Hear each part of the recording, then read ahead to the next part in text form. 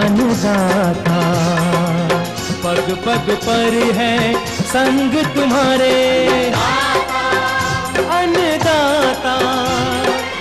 लहू किसानों का बन के पसीना सींचता है धरती का सीना। मेहनत का तेरी हक दिलवाने, नई तकनीक नई खोज बताने।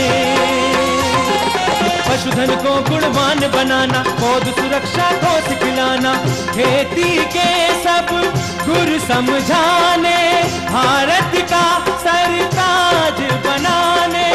आठों पहर है संग तुम्हारे अन्नदाता अन्नदाता। नमस्कार, मैं शालिनी आप सभी दर्शकों का अन्नदाता कार्यक्रम में स्वागत करती हूं। हर रोज की तरह आज भी कार्यक्रम में है खेती बाड़ी से जुड़ी हुई बहुत सी लाभकारी जानकारियां। तो चलिए सबसे पहले देखते हैं कि क्या है विशेष आपके लिए आज के कार्यक्रम में। रासायनिक दवाओं का छिड़काव करते समय ध्यान देने योग्य बातें। अधिक लाभ हेतु मधुमक्खी और मधु बॉक्सों की देखरेख। तिल की फसल को हानि पहुंचाने वाले कीट रोगों का नियंत्रण।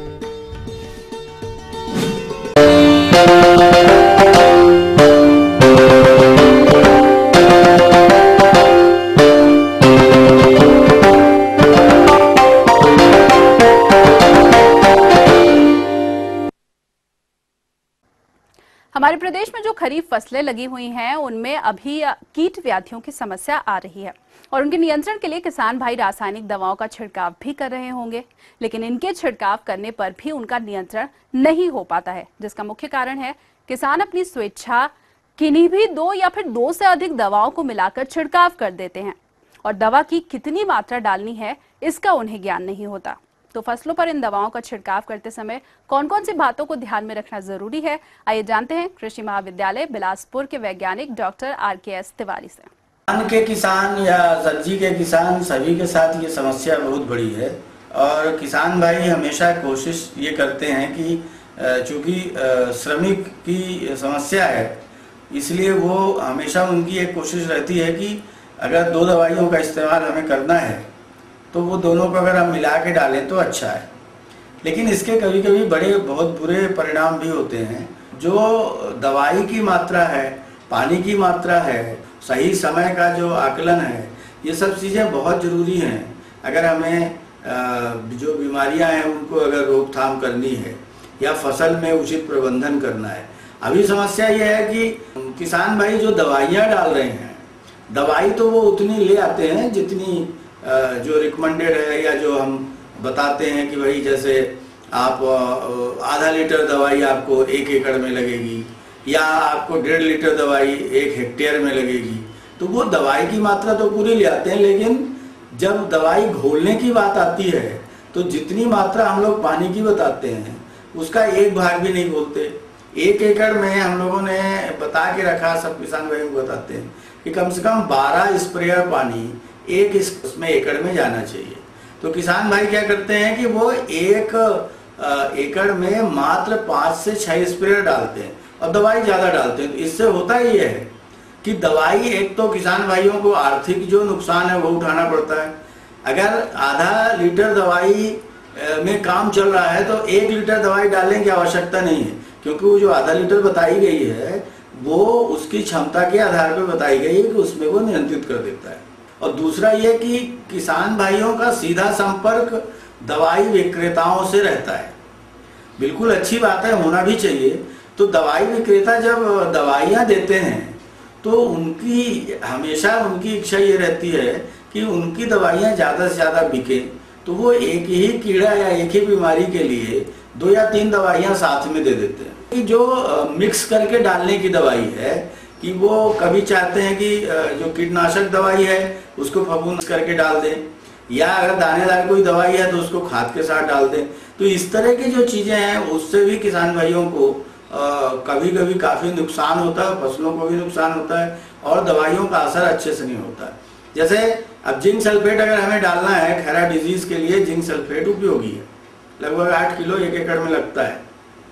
तो किसान भाई ये सोचते हैं कि अगर उसको हम पोटास के साथ डालेंगे तो ज़्यादा अच्छा रहेगा, जबकि पोटास के साथ डालते ही जिंक सल्फेट जो है वो मॉइस्चर एब्जॉर्ब करता है, नमी एब्जॉर्ब करके, और वो जिंक सल्फेट वो ले जाने लायक नहीं रहता।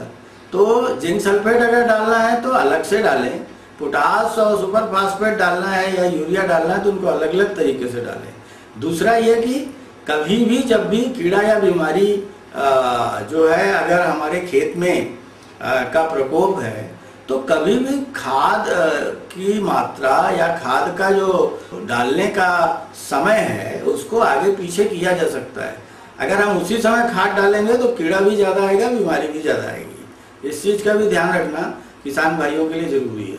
और दूसरा और एक सबसे लास्ट ये कि जब भी दवाई किसान भाई डालें तो मात्रा जितनी बताई गई है उतनी ही मात्रा डालें। अगर ज़्यादा मात्रा डालेंगे तो हो सकता है फसल में उसका उल्टा विपरीत असर पड़े और फसल जो है वो खराब हो सकती है। तो ये थी कुछ उपयोगी जानकारियां। अब लेंगे एक छोटा सा ब्रेक, जल्द लौटेंगे और कार्यक्रम में आगे आपको देंगे बहुत सी महत्वपूर्ण जानकारियां। बने रहिए हमारे साथ।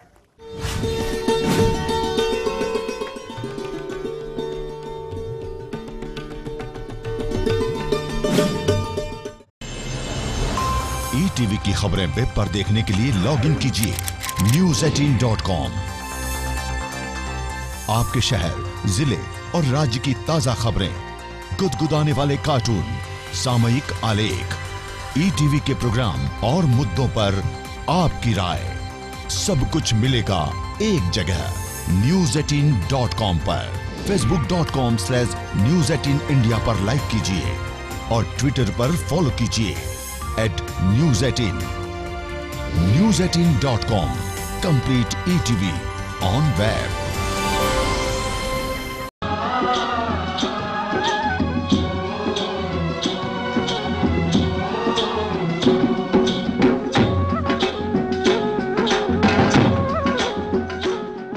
ब्रेक के बाद एक बार फिर से आप सभी दर्शकों का अन्नदाता कार्यक्रम में स्वागत है। बढ़ते हैं अगली प्रस्तुति की ओर।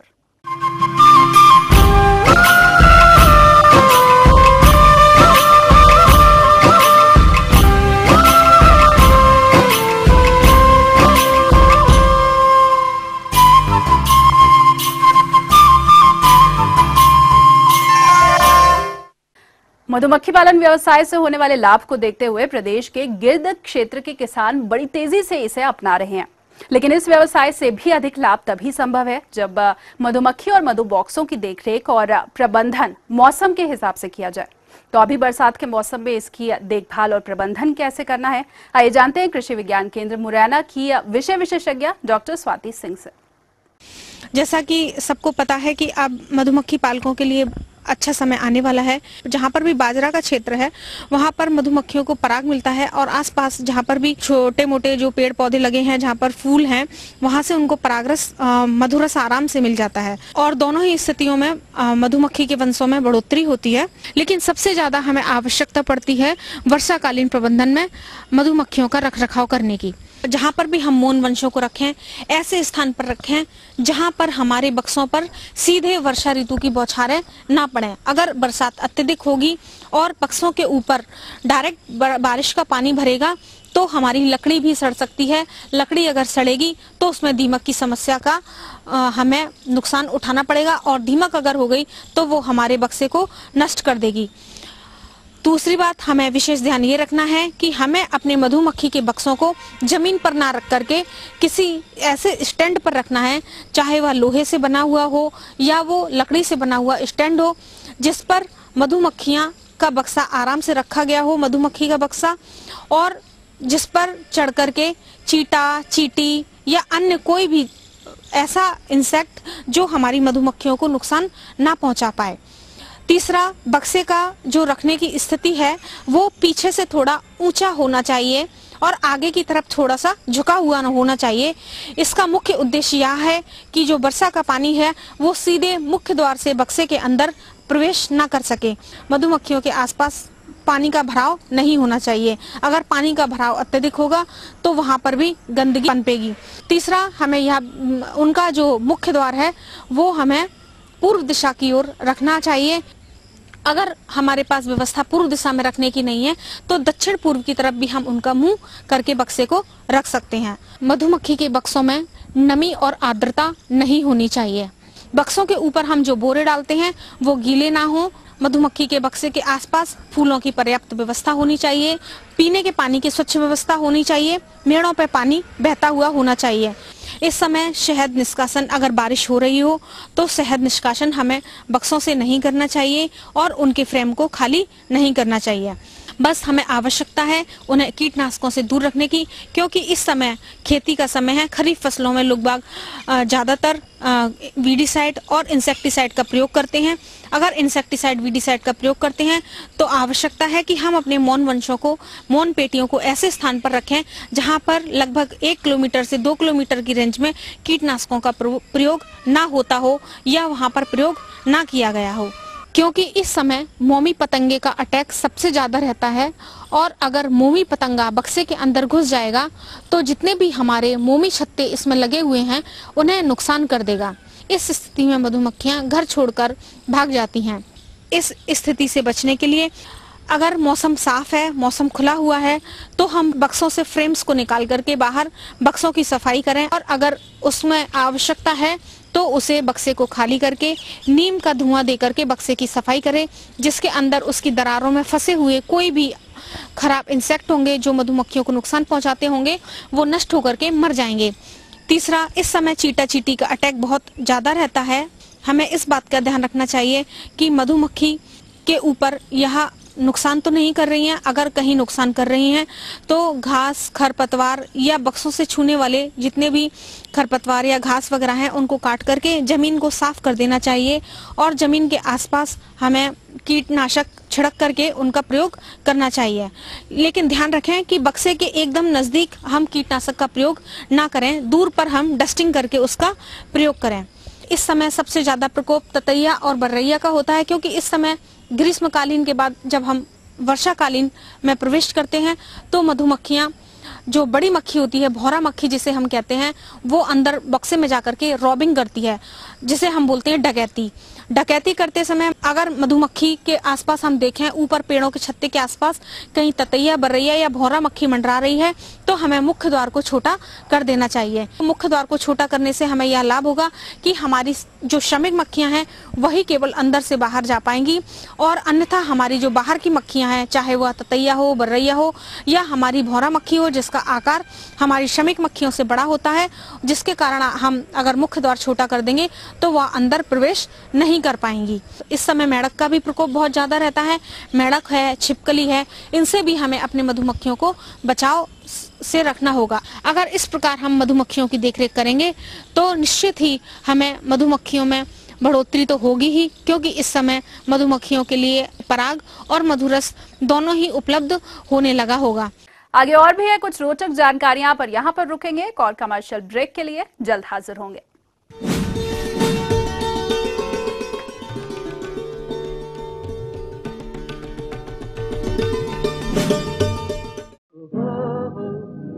गीत जिसे सुरों में बांधे थे, आसमां झुक रहा है जमीन पर, सुर जो अपने वक्त की गवाही देते, शादी के तूने बंसरी छुआ, छोड़ दो आंचल, जमाना क्या कहेगा, दौर जिसे भूलने पर भी बिसारा नहीं जा सकता। पिया के सब रस ले लिया रे बिछड़े। देखिए सुनहरे दौर के गीतों का प्रोग्राम भूले बिसरे गीत।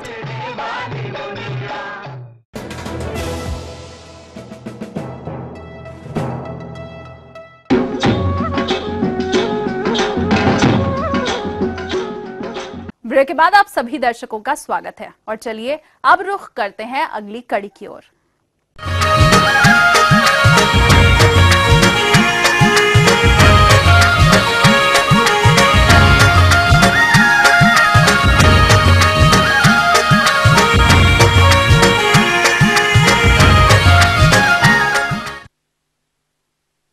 दिल की फसलें इस समय 30 से 50 दिन की विभिन्न अवस्थाओं पर खड़ी हैं। इन फसलों की बढ़वार को कीट रोग प्रभावित ना करे, इसके लिए कौन कौन से उपाय अपनाए जाएं, जानते हैं एक विषय विशेषज्ञ से। जैसा कि अपनी पहली बात हुई थी कि तिल की जो उन्नत किस्में हैं उनकी बुआई किस तरीके से करनी चाहिए, तो किसान भाइयों जो इस बार जो बरसात जो थी 1 महीने लगभग लेट थी और अब बुआई करने के बाद तिल की फसल जो है लगभग 1 महीने की हो चुकी है। तो अब जो है ध्यान देने योग्य बात है कि इसमें पोष संरक्षण करना बहुत आवश्यक है, जिसमें पत्ती व फली छेदक का प्रकोप प्रति वर्ष होता है और इसका प्रकोप जो है जुलाई से अक्टूबर तक आता है। इसकी सूंडी पत्ती फूल फलियों को हानि पहुंचाती है। इस कीट की जो लटें हैं वो जाला बनाती हैं, जिसके फलस्वरूप पौधे के कोमल बढ़ने वाले जो भाग हैं एवं पत्तियां आपस में जुड़ जाती हैं तथा पौधे की बढ़ोतरी रुक जाती है। तो किसान भाइयों, इसके नियंत्रण के लिए क्यूनाल्फास 25 EC 1 लीटर या कार्बारिल 50% चूर्ण 2 किलो प्रति हेक्टेयर की दर से फूल व फली आते समय छिड़काव करें एवं आवश्यकता के अनुसार 15 दिन के अंतराल पर दोहराते रहें। दूसरा जो कीड़ा है वो गाल मक्खी है, सैन कीट, हॉक मौत एवं फड़का है। तो किसान भाइयों, जो इसका प्रकोप भी जो है अब आने वाला है, तो इसके नियंत्रण के लिए भी जो है मिथाइल पैराथियन 2% या क्यूनाल्फास 1.5% चूर्ण 20 किलोग्राम प्रति हेक्टेयर के हिसाब से बुरकें। जो इसमें जो रोग लगते हैं वो झुलसा एवं अंगमारी है। इसकी शुरुआत पत्तियों पर छोटे छोटे भूरे रंग के शुष्क धब्बों से होती है। बाद में ये बड़े होकर पत्तियों को झुलसा देते हैं और तने पर इसका प्रभाव भूरी धारियों के रूप में दिखाई देता है। इसके अधिक प्रकोप की स्थिति में 100% हानि होती है। इसकी रोकथाम के लिए प्रथम लक्षण दिखाई देते ही मैनकोजेब या जाइनेब 1.5 किलोग्राम या कैप्टॉन 2.5 किलोग्राम फफूंदनाशी का प्रति हेक्टेयर की दर से 15 दिन के अंतराल से छिड़काव करते रहें। किसान भाइयों, इसमें एक छाछा रोग भी लगता है जो सितंबर के प्रारंभ में ही पत्तियों की सतह पर सफ़ेद सा पाउडर जमा हो जाता है एवं ज़्यादा प्रकोप होने पर पत्तियां पीली पड़ कर सूखने लगती हैं तथा झड़ने लगती हैं, तो फसल की वृद्धि इससे नहीं हो पाती है। इसके लक्षण दिखाई देते ही 20 किलोग्राम गंधक का चूर्ण का प्रति हेक्टेयर बुरकाव करना चाहिए या 200 ग्राम बाविस्टीन का प्रति हेक्टेयर की दर से छिड़काव करें। छिड़काव या बुरकाव जो है 15 दिन के अंतराल पर इसका दोहराते रहें। जड़ गलन व तना गलन की रोकथाम के लिए तो बीज उपचार करके ही बीज को बुआई करें। एक पत्ती धब्बा रोग है जो जीवाणु द्वारा फैलता है। इस रोग की पत्तियों पर भूरे रंग के तारानुमा धब्बे दिखाई देते हैं जो पूरी तरह फैल जाते हैं। रोग की रोकथाम के लिए बुआई से पूर्व ही बीजों को 2 ग्राम स्ट्रेप्टोसाइक्लिन के 10 लीटर पानी के घोल में 2 घंटे तक डुबोकर सुखाने के बाद खेत में बुआई करनी चाहिए और बुआई के 1.5 से 2 महीने बाद 20 ग्राम स्ट्रेप्टोसाइक्लिन या 250 ग्राम पैस्माइसिन प्रति हेक्टेयर के 15-15 दिन के अंतराल के ऊपर 2-3 बार छिड़काव करें। किसान भाइयों, जो कोई भी फसल हो उसमें सबसे ज़्यादा जो नुकसान होता है वो खरपतवार की वजह से होता है, क्योंकि ये जो पोषक तत्व जो अपन देते हैं फसल को, जो पोषक तत्व का ह्रास करते हैं, ऐसे ही कीड़े मकोड़े बीमारियों के लिए ये इनके स्थान बन जाता है। इसलिए किसान भाइयों, अब आप तिल की फसल में एक या 2 बार निराई गुड़ाई कर चुके होंगे हैं और नहीं किए तो अभी सही समय है, निराई गुड़ाई करके अपनी फसल को ज़्यादा अच्छा लाभ दे सकते हैं।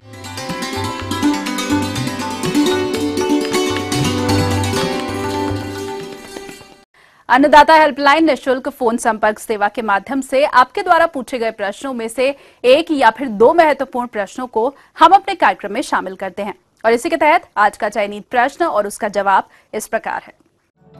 अन्नदाता निःशुल्क फोन संपर्क सेवा के माध्यम से पूछे गए प्रश्नों में से आज हमने जिस प्रश्न को कार्यक्रम में शामिल किया है उसे पूछा है ग्राम आष्टा, जिला सीहोर के कृषक रामहेत सिंह ने। यह अरहर की फसल में किए जाने वाले प्रबंधन कार्यों पर जानकारी चाहते हैं। तो रामहेत सिंह जी, आपकी जानकारी हेतु प्रस्तुत है कार्यक्रम का यह अंश। अरहर की फसल लगाए हुए हैं, उनमें अरहर लगाने के बाद और लगाने के समय में से लेकर कटाई तक के बहुत सारी समस्याएं आती हैं। इन समस्याओं में बीमारी भी हो सकती है, कीड़े भी हो सकते हैं और विशेषकर बरसात में खरपतवार की समस्या अधिक होती है। जहाँ जल भराव हो जाता है वहाँ पौधे मर जाते हैं, जहाँ पानी नहीं होता है सूखे की स्थिति भी बन सकती है। जल निकास के लिए उसके अरहर की कतारों के बीच में नाली बना सकते हैं। दो तरह की बात होगी, एक तो ये नाली की मिट्टी उनके ऊपर चढ़ जाएगी और दूसरा जल निकास आराम से हो जाएगा, पौधों को हवा पर्याप्त मिल सकेगी और खरपतवार भी वहाँ विकसित नहीं हो पाएंगे। दूसरी बात होती है इस तरीके से पानी यानी जो वर्षा का जल है उसको बाहर निकाल दें और उनको हवा का प्रबंधन कर सकते हैं। दूसरी इसके साथ में एक होती है समस्या जो नींदा की होती है, क्योंकि ये दलहनी फसल है, हम कोई विशेष नींदा ही इसमें उपयोग कर सकते हैं। सामान्य नींदा की अगर हम इसमें स्प्रे कर देते हैं तो फसल को नुकसान होता है और उसका सीधा सीधा कतारों के बीच में हम स्प्रे कर सकते हैं। तो इसलिए हम 20 दिन के बाद इसमें सतर्क हो जाएं और 20 दिन के बाद ही खरपतवार नाशी जो इमेजाथापायर जिसका जो स्प्रे करते हैं, और ये स्प्रे हम 25 दिन तक पूरा कर लें तो ज़्यादा अच्छा होगा। वैसे 30 दिन तक भी कर सकते हैं, क्योंकि खरपतवारों की उम्र जैसे जैसे बढ़ती जाती है उसमें उन खरपतवार नाशी का असर कम होता चला जाता है। इसलिए हमें ये काम 1 महीने के अंदर ही कंप्लीट कर लेना चाहिए और हम खरपतवारों को नष्ट करके बढ़वार इसको प्रदान कर सकते हैं। तो अगर समय मिलता है, मौसम की स्थिति ऐसी होती है कि खेत गीला नहीं है, खेत में हाथ से निदाई हो सकती है, ऐसी स्थिति में भी हम ये काम कर सकते हैं। परंतु ये सामान्य तौर से ध्यान रखना चाहिए कि हमने अगर बेविस्टीन डाली है यानी जो कि कार्बनडाजिम के नाम से है या साफ डाली है तो एक बार को फायदा कर सकती है, परंतु अगर जिसमें कार्बनडाजिम मिली हुई है ऐसी दवाएं इसमें डालने से और उसको बढ़ावा मिलता है। इसलिए हमें विशेष प्रकार की ही दवा का उपयोग करना चाहिए, जो कि बाजार में इस समय 2 उसमें हो सकती है कि एक मैंकोजैब के नाम से आती है, उसका स्प्रे कर सकते हैं। 2 ग्राम दवा प्रति लीटर पानी में घोलकर इसमें स्प्रे करें। स्प्रे ऊपर पौधे पर न करके तने के आधे हिस्से से शुरू करें, जो कि कुछ तने पर गिरे और कुछ जमीन के अंदर चला जाए। इस तरीके से इसको ड्रेंचिंग कहते हैं, वो करें। और दूसरी एक रिडोमिल दवा बाजार में रेडीमेड मिलती है, इसके अंदर 2 रासायनिक तत्व होते हैं। हम इसको भी घोलकर 2 ग्राम दवा प्रति लीटर पानी के हिसाब से स्प्रे करते हैं, तो ये इस बीमारी से हम नियंत्रण कर सकते हैं। शुरू में वास्तव में करना ये चाहिए कि जो किसान भाई अरहर लगाते हैं उन्हें अरहर के साथ में ज्वार की भी बोनी करें। अगर ये ज्वार की बोनी करते हैं 2 कतार अरहर के बाद 1 कतार ज्वार, इस तरीके से अगर बोनी करते हैं, या हमारे रेशो दूरी पर ज़्यादा पर बो रहे हैं तो 2 कतार ज्वार की और 2 कतार अरहर के बीच में 2 कतार ज्वार की लगाएं, तब भी हमको ये बीमारी देखने को नहीं मिलती है। साथ ही साथ अगर हम बोनी के समय बीज के साथ में ट्राइकोडर्मा मिलाकर डालें, या 8 दिन बाद, बोनी के 8 दिन बाद गोबर की खाद या केंचुए की खाद के साथ 100 किलो गोबर की खाद 2 किलो ट्राइकोडर्मा मिलाकर इसमें डाल देते हैं, तो ये बीमारी हमें यहाँ इससे निजात दे सकती है। ये ट्राइकोडर्मा दूसरे फफूंद को जो इसमें बीमारी पैदा करती है उनको ख़त्म कर देगी और हमें किसी तरीके का नुकसान हमारी फसल को न होने पाएगा। इसके अलावा एक समस्या जो कि कीड़ों की होती है, और कीड़े शुरू से लेकर अंत तक, चाहे वो पत्ती को नुकसान पहुंचाए, फूल को नुकसान पहुंचाए या फली को नुकसान पहुंचाए, ये कहीं ना कहीं हमारे फसल को नुकसान पहुंचाते रहते हैं। तो अभी की स्थिति में, ताज़ा स्थिति में पत्तियां हैं, पत्ती मोड़क भी एक बीमारी, कीड़ा लगने की संभावना होती है, जिसमें वो अपने अंडे रखते हैं और वहीं इल्ली बन जाती है, वहीं से बड़ा वयस्क होकर फिर फली को नुकसान पहुंचाता रहता है। तो ये पत्ती मोड़क भी हो सकता है और पत्ती में छेद काटने वाले भी इस समय हो सकते हैं। तो ऐसे, या रस चूसक कीड़े भी हो सकते हैं जिनसे पत्तियां जालीदार हो जाती हैं, उसका जो हरा पदार्थ है खत्म हो जाता है। इसमें 2 दवाओं का मिश्रण तैयार होकर आया है, जिसमें ट्राइजोफॉस और डेल्टामेथरिन है। ये ट्राइजोफॉस और डेल्टामेथरिन कोरोकिल के नाम से बाजार में उपलब्ध है। इसमें 250 ml दवा 1 एकड़ के लिए पर्याप्त होती है। 1 लीटर में 4 एकड़ में ये दवा डाल सकते हैं। इसमें दोनों तरीके के कीड़े, चाहे रस चूसने वाले हैं या सफ़ेद मक्खी है या काली फुंदकी है, दूसरे जो पत्ती को काटने वाले हैं, इल्ली की मात्रा, अगर कहीं इल्ली की संख्या बढ़ रही है तो उसको भी ये नियंत्रित करेगी। और इस तरीके से हम इन तीनों तरीके की समस्याओं से इससे इन दवाओं का उपयोग करते हुए प्रबंधन के माध्यम से हम निजात पा सकते हैं। इसी कड़ी में जो दूसरा प्रश्न कार्यक्रम में शामिल किया है उसे पूछा है ग्राम लहार जिला भिंड के कृषक गोविंद सिंह ने। यह भैंस की मुर्रा नस्ल के बारे में संपूर्ण जानकारी चाहते हैं। तो गोविंद सिंह जी, आपकी जानकारी हेतु प्रस्तुत है कार्यक्रम का यह अंश। अधिक से अधिक दुग्ध उत्पादन प्राप्त करने के लिए हमारे देश में उन्नत महिषवंशीय पशुओं की जो नस्लें हैं उनके बारे में जानकारी देने के लिए उपस्थित हूँ। भैंसों की जो प्रमुख नस्लें हैं उनमें जो प्रमुख नस्ल है वह है मुर्रा नस्ल। यह मुर्रा नस्ल की जो भैंस है यह हरियाणा राज्य के रोहतक, जिंद, हिसार आदि जिलों में पाई जाती है। वहाँ से हमारे पशुपालक भाई इस भैंस को ला करके इन मुर्रा भैंसों का लालन पालन अच्छी तरह से कर रहे हैं। इस मुर्रा भैंस की जो विशेषता होती है वह यह होती है, यह काले रंग की होती है। इसके जो सींग होते हैं घुमावदार होते हैं और अंदर की ओर मुड़े हुए होते हैं। इनकी शारीरिक जो वजन होता है वो 400 से 500 किलोग्राम के बीच में होता है। आयन पूर्णतः विकसित होते हैं, चारों थन समान होते हैं और इनका जो दुग्ध उत्पादन है वह 5 लीटर से 7.5 लीटर प्रतिदिन के हिसाब से आंका गया है। और यह भैंस की जो नस्ल है भारतवर्ष की सर्वोत्तम नस्ल मानी जाती है और इसे भारत का गौरव भी कहा जाता है। भैंस के नस्लों के मामलों में यही स्रोत हैं जिनसे हमारे पशुपालक भाई उन्नत नस्लों को प्राप्त कर सकते हैं।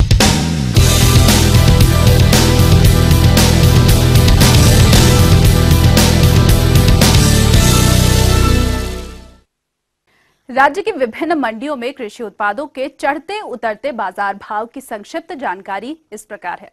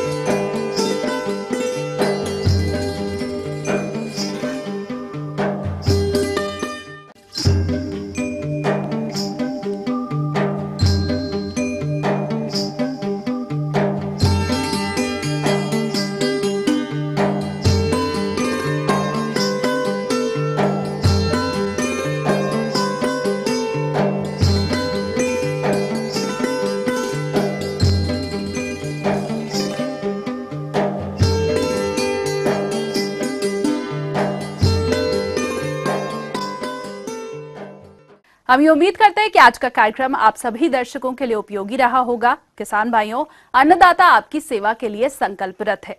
कृषि संबंधित समस्या और सुझावों के लिए आप हमें इस पते पर संपर्क कर सकते हैं। प्रोड्यूसर अन्नदाता, ETV Madhya Pradesh Chhattisgarh, Ramoji film city, Hyderabad 501512।